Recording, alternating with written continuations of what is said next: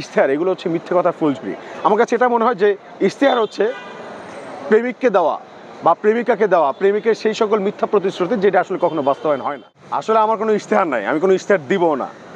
আপনারা হয়তো কম বেশি সবাই জানেন, এর আগেও কিন্তু ডাকসু নির্বাচন হয়েছে, অনেকে ইশতেহার দিয়েছে।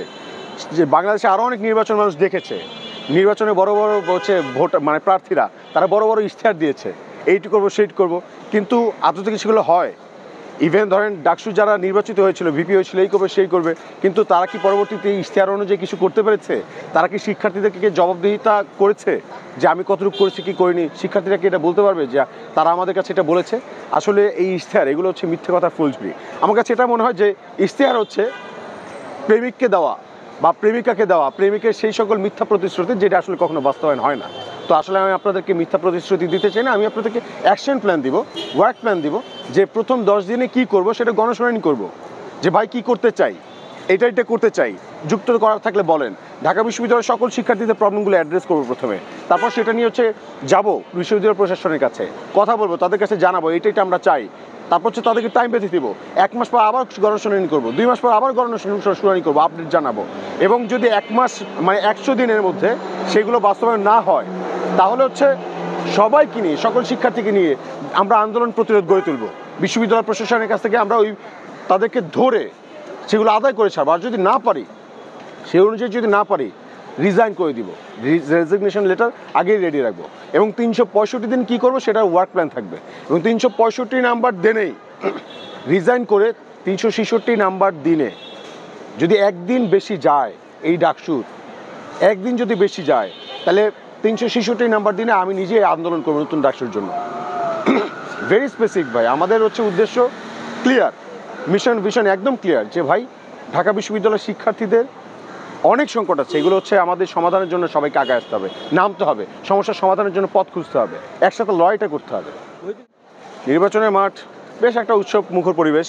তবে এই যে চট্টগ্রাম বিশ্ববিদ্যালয়, রাজশাহী বিশ্ববিদ্যালয়, তারপর হচ্ছে বাকলিতে গতকাল রাতে যে মানে পরিকল্পিত হামলা করেছে যারা, আমার কাছে পরিকল্পিতই লাগছে।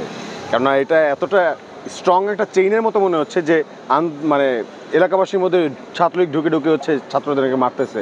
এটা তো একটা পরিকল্পিত একটা বিষয়। সো এইটার ইম্প্যাক্ট ঢাকা বিশ্ববিদ্যালয়ের উপরে পড়ে কিনা আসলে এটা নিয়ে আমরা সবাই ভাবছি। এবং দেখা যাচ্ছে যে নগর পুরলে তো আসলে আর দেবালয় এড়ায় না। তো ঢাকা বিশ্ববিদ্যালয়ের এখন ডাকসু উপরে এটার ইম্প্যাক্ট পড়ে কিনা, এটা এখন কনসার্নের বিষয় আমাদের সবারই। তবে সবাই এখন আমরা সতর্ক অবস্থানে থাকবো এবং সবাই একসাথে এইরকম কোনো পরিস্থিতি ঢাকা বিশ্ববিদ্যালয়ে ঘটলে সেটা মোকাবেলা করার জন্য আমরা প্রস্তুতি নিচ্ছি। আমি খুব পজিটিভলি দেখছি এই জন্য যে ধরেন এখন পর্যন্ত মারামারি হয় না, এটাই আনন্দের বিষয় যে আইনগতভাবে গেছে। আপনার যদি কোনো এরকম কোনো কিছু জানানোর থাকে বা হচ্ছে কোনো অবজেকশন থাকে, আপনি আইন আছে দেশে, ল আছে, ল অ্যান্ড অর্ডার আছে, আপনার সেই প্রসেসে যান, কথা বলেন। কিন্তু হচ্ছে কাদা ছোড়াছুড়ি, গালাগালি, মারামারি, হামলা এইগুলোর মধ্যে না যাওয়াটাই ভালো। আমরা আসলে এরকম নিরাপদ ক্যাম্পাস চাই এবং হচ্ছে ক্যাম্পাসে ডিসিপ্লিন আসুক, এটাই চাওয়া। সো যে করেছে এবং যে অ্যাকসেপ্ট করেছে, যে চ্যালেঞ্জটাকে অ্যাকসেপ্ট করেছে, তাকেও আমরা সাধুবাদ জানাচ্ছি যে এরকম এটা একটা সুন্দর অ্যাপ্রোচ। প্রতিবন্ধকতা ওইভাবে তো তেমন একটা পাইনি, হলে যাচ্ছি, শিক্ষার্থীরা বেশ খুব পজিটিভ অ্যাপ্রোচে হচ্ছে তারা অ্যাকসেপ্ট করছে, তারা পজিটিভ রেসপন্স করছে, এখন পর্যন্ত বাধার সম্মুখীন হয়নি। তবে যেটা হচ্ছে দেখা যাচ্ছে যে অনেকের অভিযোগ শুনেছি, অনেক স্বতন্ত্র প্রার্থী যারা আছে তাদের অভিযোগ শুনেছি যে ভাই আমাদের ক্যাম্পাসের সংকটগুলোর চাইতে বিভিন্ন দলের এজেন্ডা বাস্তবায়ন করতে আসা বা সমর্থিত প্রার্থীদের মানে দলীয় প্রচারণাই সবচেয়ে বেশি হচ্ছে। তো আমরা আপনাদের যারা গণমাধ্যম কর্মী ভাইরা আছেন, যারা হচ্ছে সবসময় সত্যের পক্ষে ছিলেন, আছেন, থাকবেন, আমরা বিশ্বাস করি, তাদের কাছে অনুরোধ করব যে আপনারা অন্যান্য স্বতন্ত্র প্রার্থী ভাই, আমাকে নিয়ে কোনো রকম অবজেকশন নেই, আপনারা যতটুকু সহযোগিতা করছেন আলহামদুলিল্লাহ টোটালি আলহামদুলিল্লাহ, কিন্তু অন্যদের কথা তো আমাদের ভাবতে হবে, মনে রাখতে হবে যে যারা অনেক পটেনশিয়াল প্রার্থীরা কিন্তু আছে, তাদের কথা কিন্তু আমাদের শোনা দরকার। শিক্ষার্থীরা যাতে ওই প্রার্থীদেরকে বেছে নিতে পারে, স্বতন্ত্র প্রার্থীদেরকে বেছে নিতে পারে, সেক্ষেত্রে আপনাদের সহযোগিতা আমরা আসলে প্রত্যাশা করি। এখন সবার মুখ হয়ে এইটুকু বলছি আর কি। আমি আমার ছোটোবেলা থেকে বিভিন্ন রকম অর্গানাইজেশনের সঙ্গে কাজ করেছি, স্বেচ্ছাসেবী সংগঠন, এনজিওর সঙ্গে কাজ করার সুযোগ হয়েছে। তো ন্যাশনাল চিলড্রেন টাস্ক ফোর্সের প্রেসিডেন্টের দায়িত্ব পালন করার সুযোগ হয়েছে, ইউথ এন্ড হাঙ্গার বাংলাদেশের ঢাকা ডিস্ট্রিক্ট কোঅর্ডিনেটরের দায়িত্ব পালন করেছি। সো এরকম আমি আরও অনেকগুলো সংগঠনের দায়িত্ব পালন করেছি বিভিন্ন পদে থেকে।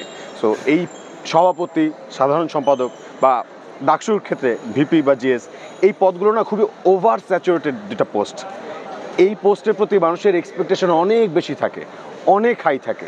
তো দেখবেন 365 মাত্র দিন, 365 দিন সময় পাবে, এর মধ্যে হাই হ্যালো করতে করতে দেখবেন সময় চলে যাচ্ছে। হ্যাঁ, তো এখন এই পদগুলোতে কারা যেতে চায় বা যাদের জাতীয় নেতা হওয়ার চিন্তা আছে বা আকাঙ্ক্ষা আছে, কিন্তু আমার তো জাতীয় নেতা হওয়ার আকাঙ্ক্ষা নাই।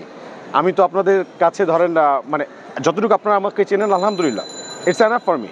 কিন্তু কাহিনী হচ্ছে ধরেন আমার তো দরকার ঢাকা বিশ্ববিদ্যালয়ের প্রশাসনের যে অনিয়ম সেইগুলো তাদের সামনে চোখে চোখ রেখে কথা বলা শিক্ষার্থীদের জন্য, শিক্ষার্থীদের হয়ে, এবং তাদের কাছ থেকে আদায় করে নেওয়া।